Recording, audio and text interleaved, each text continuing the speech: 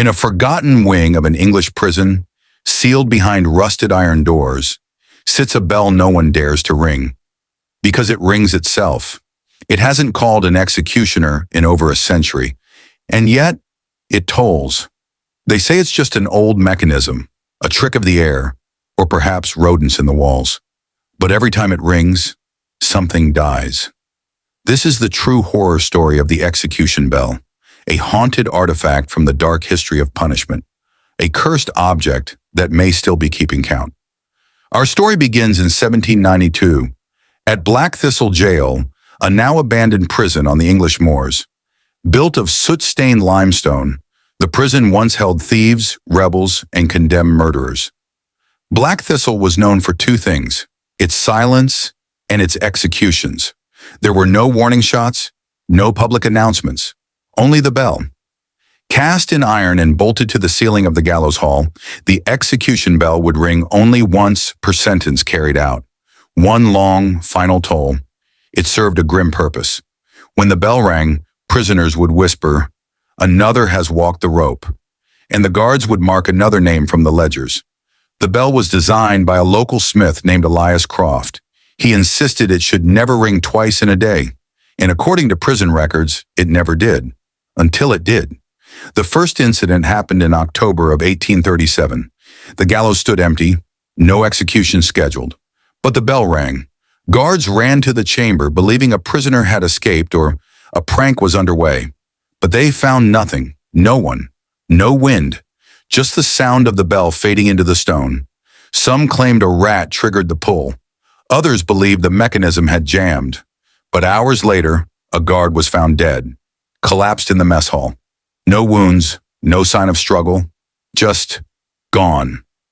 From then on, it rang without reason, once every few weeks, then every few days. Always followed by some misfortune, a suicide in the cells, a hanging botched by accident, a prisoner found with his eyes open, but no breath in his lungs. By 1845, guards refused to enter the gallows chamber at night. One warden wrote in his private diary, "It tolls even with the rope bare. It tolls as though death still walks the corridor."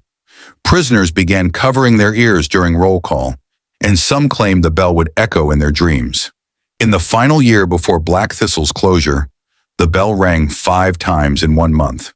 No executions were scheduled, but 5 men died. The prison closed in 1901. Left to rot, the bell went silent. The building was declared unsafe, and its artifacts boxed away by the local council.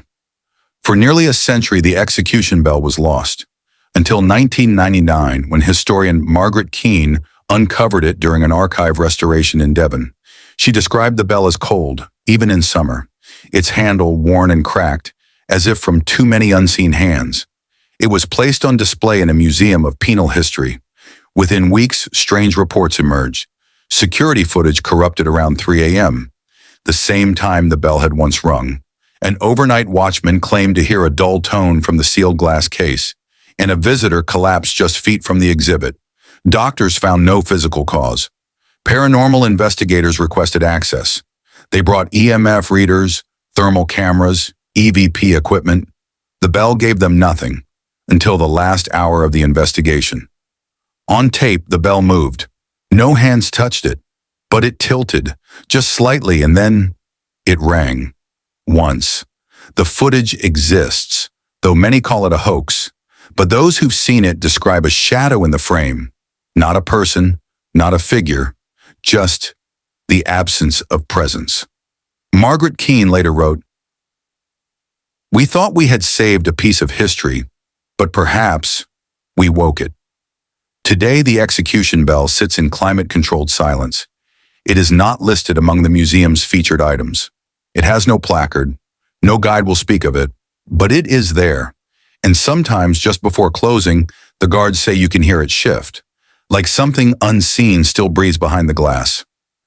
Last winter, a curator named Thomas Ryle was working after hours. He was alone. The camera captured his routine, checking logs, locking doors, resetting alarms. At exactly 3:03 a.m., the feed cuts. When the frame returns, Ryle is gone. The execution bell is tilted, and the air seems to shimmer, just for a moment, as though something unseen had just passed through. He was never found. No sign of struggle, no forced exit, just one sound caught by a backup mic before the silence returned. A bell, only once. Some say it is merely vibration, a change in temperature, a coincidence of metal and time.